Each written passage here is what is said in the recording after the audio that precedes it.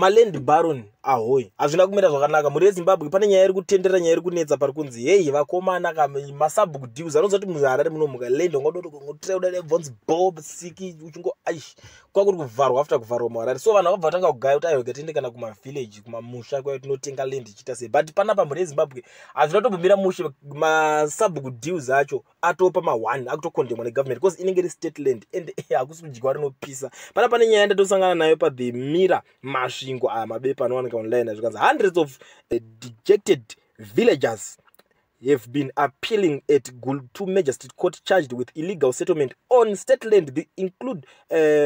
These include those who bought land from village heads in both communal and resettlement areas. Urban residents who bought stands from Zanupf land barons are also charged, and they have been given until May 10, 2024 to vacate. The evictees are complaining that they have nowhere to go after staying at their current places for up to 20 years and building expensive homesteads. They have also been paying rates to local authorities. Pana pazvina kumira zvakanaka. Vanenge vakatenga vanhu vakatenga land yavo kumasabhuku, vamwe vakatenga kune vanhu veZanupf vatone makore anosvika kuma 20 years vakavaka dzimba dzavo, dzimba manyama, but zvangonzi state land inenge yakutodiwa and hauna kamwe kunotaura zvokuti vatonzi vaite vabve ipapo vakutokomplaina takavaka dzimba dzedu takaita sei, but panenge pasina solution, panenge pasina plan because ndo zvinenge zvataurwa, ndo zvinenge zvabuda musarudzo. Hazvina kumira zvakanaka pakutenga maland muZimbabwe kumaomanaka izvo zvotombokonfema nekuti zvokuti wakatenga kunani anenge atoma 1 because unongochitengeserwa uchinzi vanhu vatone makore makati tarisa kwakati kwagarwa, but izvo so vari kukomplaina kuti vatone kuma 20 years vatenga,